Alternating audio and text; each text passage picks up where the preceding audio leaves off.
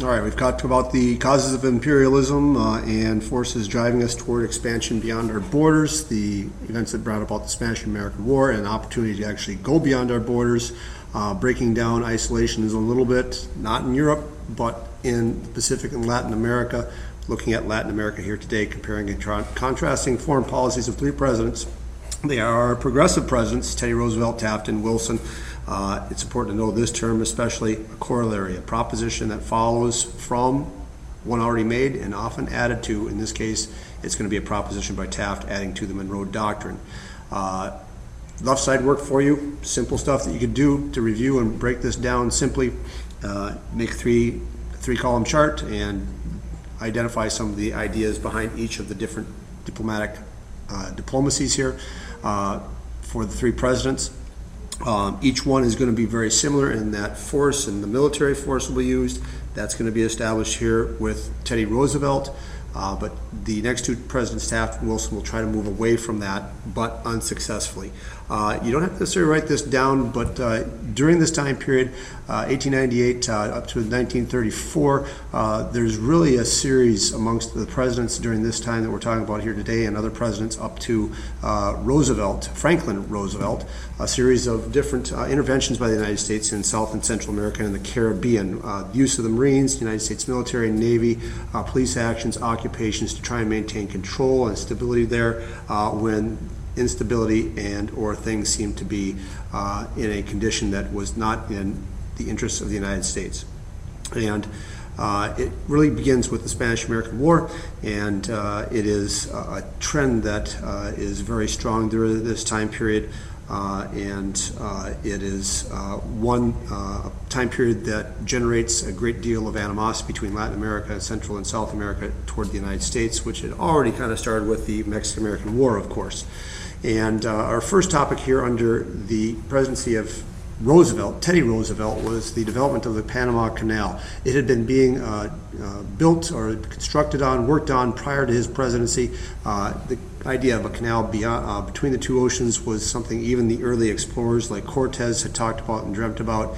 The French tried building it and started building it in the 1880s in Panama. It's going to fail because of massive deaths due to disease, yellow fever, the fact that they're trying to build a sea level canal, actually dig out everything that would be in between so that the water flows flat from one body of water to another. That's a massive undertaking.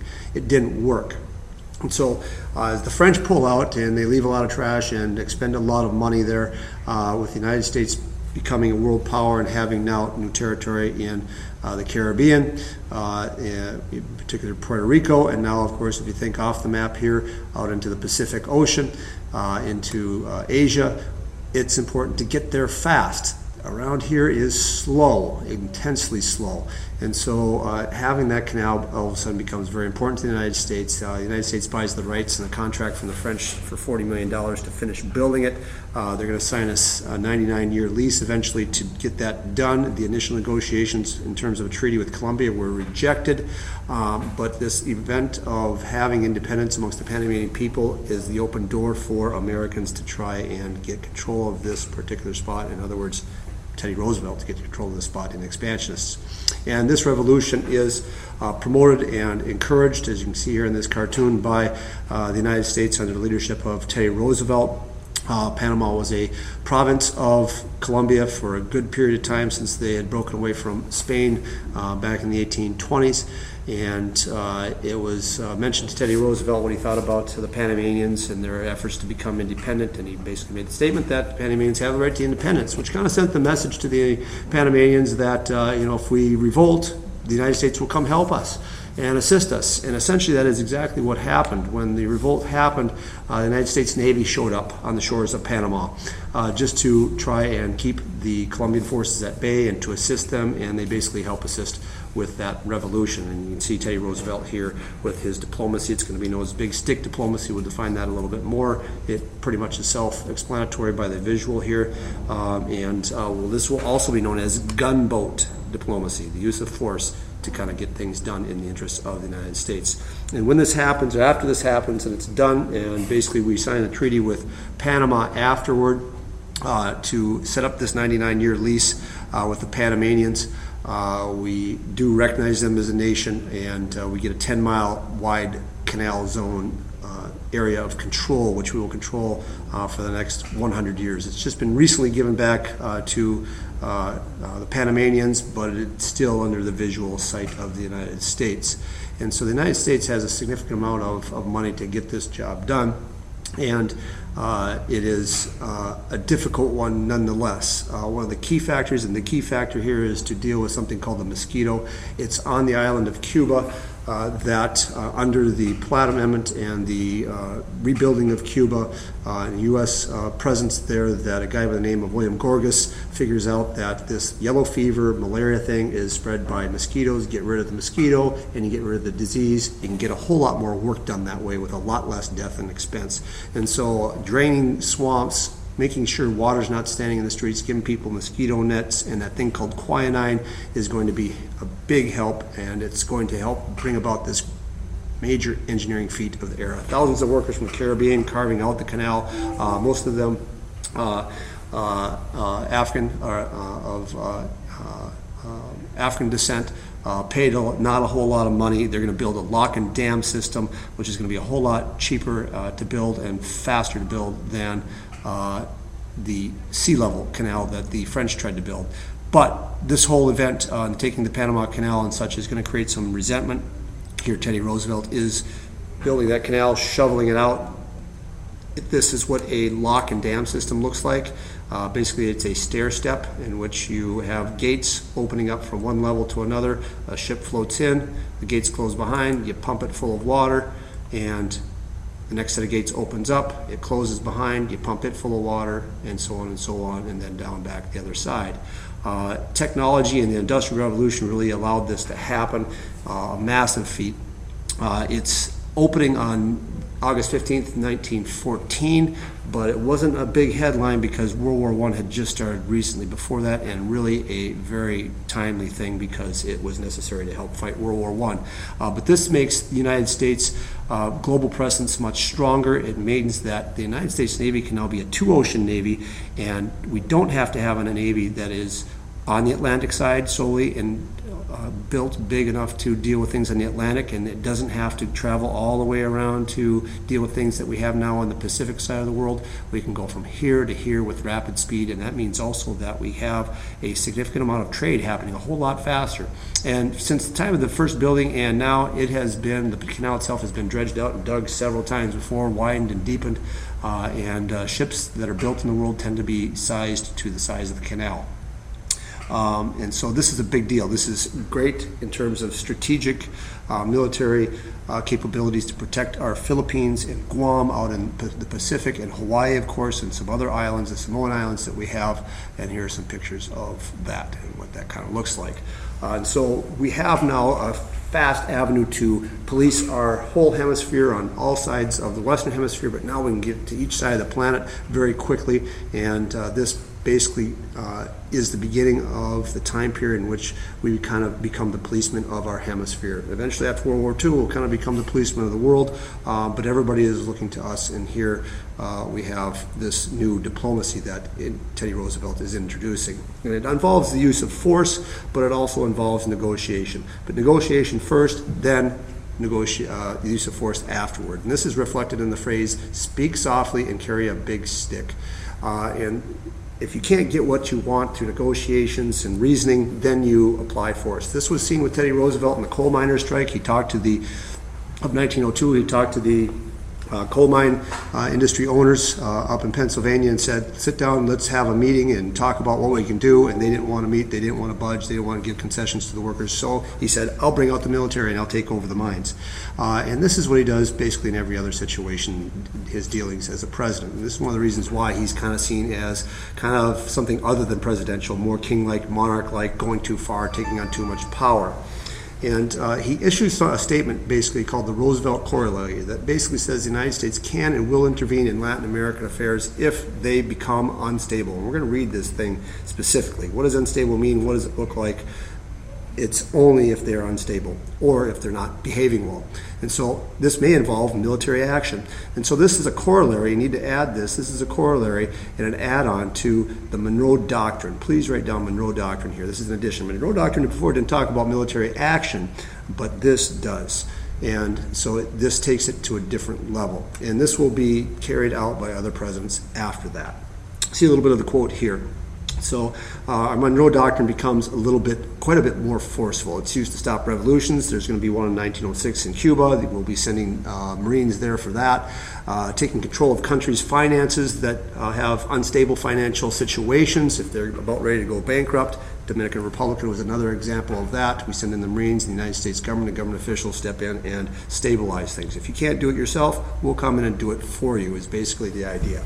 So his policy in Asia, looking at the Pacific side, is pretty significant as well. Again, we're not really isolating over here on this side of the world. We are in Europe, but not on this side of the world. And there's a war in Asia between the Empire of Japan that is becoming industrialized, very warlike kind of history and militaristic kind of a history there with the Japanese, and they've conflicted with the people on the mainland of Asia quite a bit, and particularly at this point in time with Russia. And they're fighting over Manchuria and some of these northern islands here in Korea and such, and control of the resources there. And Japan has an excessive amount of success against the Russians here, and it really shocks everybody. Russia is one of the big powers of the world. How can this possibly happen? Well, this kind of makes people in the United States afraid because of the fact that we have down off the map here, down in this direction, those Philippine islands down right in here that are our possession. And if one power becomes too controlling or gains a monopoly, then that could threaten our interests. And that is Teddy Roosevelt's concern. And so he steps in as a mediator, negotiator between the two sides to stop the war so that one doesn't win and win a whole bunch of territory and become more powerful and then threaten our interests. And so, in particular, the Philippines. And so the foreign policy in Asia is going to result in a negotiation to this war. This is the Treaty of Portsmouth, which is a set of meetings held in New Hampshire. And with this mediation, Teddy Roosevelt becomes the first president ever to win the Nobel Peace Prize in 1906. But despite the fact that the war is done and it's ended and there's basically kind of an even ground here between the two sides, both Japan and Russia are kind of dissatisfied and have a bad taste in their mouth about it. And on the heels of that, there is this increased immigration to the United States that kind of happens because of this war. There was some stress that was going on, and stress was becoming greater in Japan because of population growth and because of the war itself. And about 70,000 Japanese immigrants came to California. They were also being hired by agricultural farmers for cheap labor. Remember the Chinese Immigration Act? Chinese Exclusion Act banned all Chinese workers. That cheap labor was no longer coming to the West Coast, so Americans look elsewhere. Well, this creates a backlash and the fear of another yellow peril, which was referencing the Chinese or anybody from Asia coming to the United States and mixing the races, causing mixing the races, competition for workers, for jobs amongst American workers and that kind of thing. An Asian Exclusion League is formed, and this is going to be a result of or example of more nativism rising up at about this time for Asians. Nativism, again, a key term for us, that response of old line, old heritage, old generation Americans trying to keep America pure and keep foreigners out, foreign ideas, foreign cultures, new people out in this new immigration that is still going on during 1906, and the Japanese were part of it. So the response, the event here that gets things really going here is that the San Francisco School District and San Francisco schools started forcing children of Asian descent into special schools. There was a massive earthquake that pretty much leveled most of the city at that time. That was also very stressful. And this was maybe kind of behind it as well a little bit, besides the influx of people. And this segregation of Japanese kids made Japan furious. They're very sensitive to race issues. And Roosevelt was concerned that the laws and regulations in other places in California and by the state of California was going to provoke some sort of a war with Japan and then threaten our interests in the Philippines and in the rest of Asia. And their open door policy would shut down and be hurt. And so he invites the board members of San Francisco to school district to the White House to negotiate and agree on, let's stop this because it's causing major problems. It's kind of an embarrassment for us. and let's go ahead and fix this here. And so in inviting the board members, they agree to repeal the separation, the segregation. Then he meets with officials from Japan, and they settle on a secret agreement. This wasn't passed by Congress, it's just an agreement, executives. Japan would stop allowing immigrants to come to the United States for labor primarily, and Californians would agree not to ban Japanese from public schools to try and settle the situation. But this is an early example of tensions between the United States and Japan. Of course, that's going to get a little bit worse as time goes on, leading us toward World War II. As a response to this, though, this negotiation, Teddy Roosevelt felt that this might cause the Japanese to see the United States as kind of weak in giving in like this. And so to try and show that we are a very powerful and formidable nation at this point in time, he takes an entire battle fleet of ships. They become known as the Great White Fleet, and he sends them on a world tour, stopping in various ports, one of them being Tokyo, paints their hulls white, and it was supposed to be, of course, white being a symbol of peace, but it was a way of saying to the world, we are here, we can get anywhere we need to be, so if you're going to mess with our interests, probably better not. All right, and so this was a very big deal. This is a cartoon that kind of reflects that. You can see Teddy Roosevelt's little face right there. It's kind of interesting. We'll go back. And the little battleships around that daisy here that's forming that those battleships are forming here. So it's quite a fanciful little thing there. Again, here's the gunboat diplomacy and the fleets sailing around the world showing our stuff.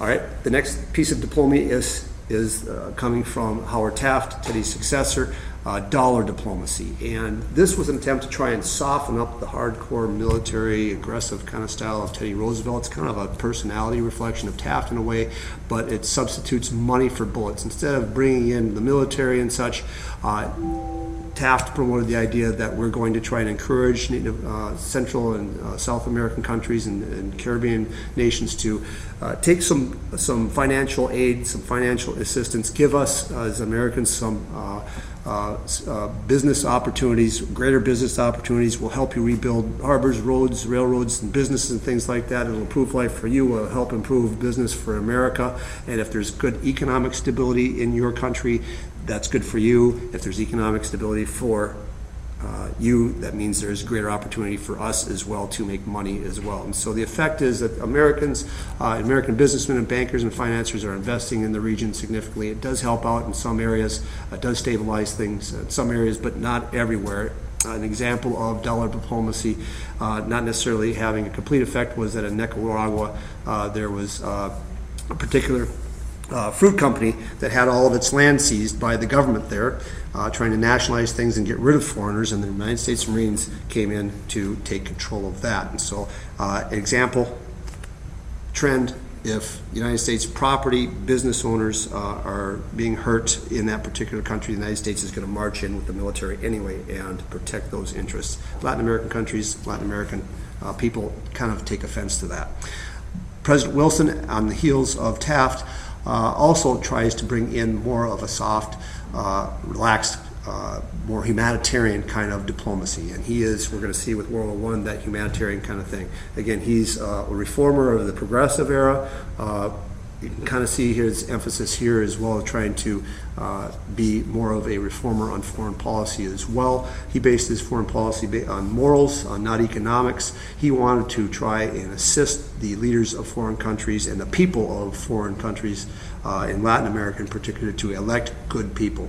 And you can see the emphasis on teach here, and him and his teacher role and the various little kids here. And we've seen this in our documents here when we looked at the Philippines, annexation of the Philippines, reference to the people of other countries being like children. We need to teach them, we need to raise them, we need to develop them. There's that top-down kind of a thing, a developmental kind of thing that we talked about with social Darwinism. This also reflects the fact that he was actually a teacher and a professor at a major university out east as well. So he is going to try and help bring about good leaders through teaching them how to elect and develop good leaders. But at the same time, just like Roosevelt, there's still going to be the use of force. He's doesn't like the hardcore nature that Teddy Roosevelt brought in. Again, he's trying to get away from that, but he will support the rebels in some particular places that are trying to overthrow dictators with weapons and such. In particular here, Mexico is the most important. And Mexico is going to have a series of leaders coming in and out through revolutionary activity. And you can see here, this guy is, the little name here is Huerta. He's going to teach South American republics to elect good men. Relations with Mexico, the United States supported Mexican dictator Porfirio Diaz.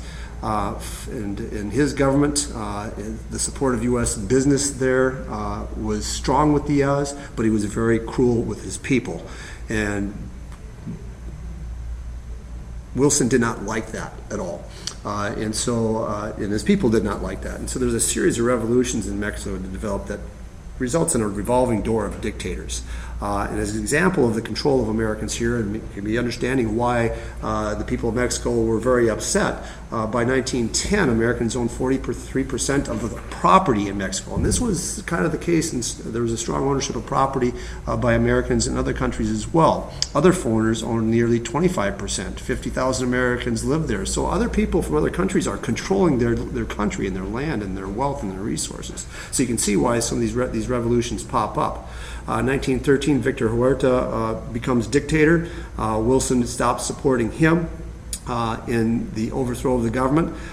He starts selling arms to a rebel group. In 1914, at Veracruz, a coastal city on the Gulf of Mexico, some U.S. sailors are arrested by that government, and the United States government gets mad and upset, brings in the military, and they seize the city of Veracruz with the United States Marines and Navy, and Huerta flees.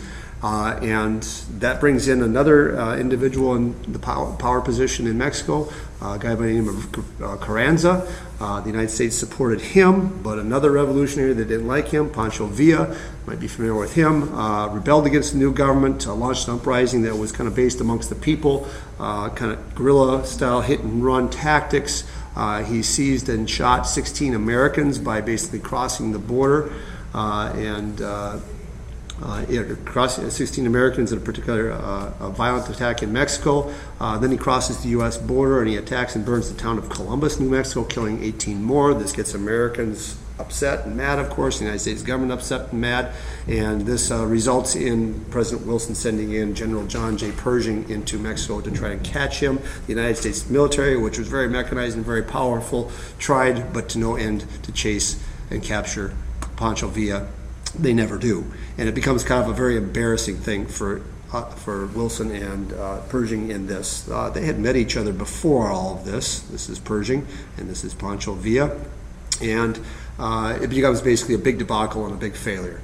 And when World War I happens, this kind of ends things in our focus, and we just forget about what's going on there, and our focus goes toward what's going on with World War I. And Pancho Villa was being hidden and protected by the Mexican people, as you can kind of see here. One of the efforts was trying to get those people not to support him, and again, it's a big debacle and doesn't work. So this is the foreign policy in Latin America, the Caribbean region, and Central America, Mexico. We'll be ready for our little assessment next time, and we'll look at the primary documents to support it. Have a good day.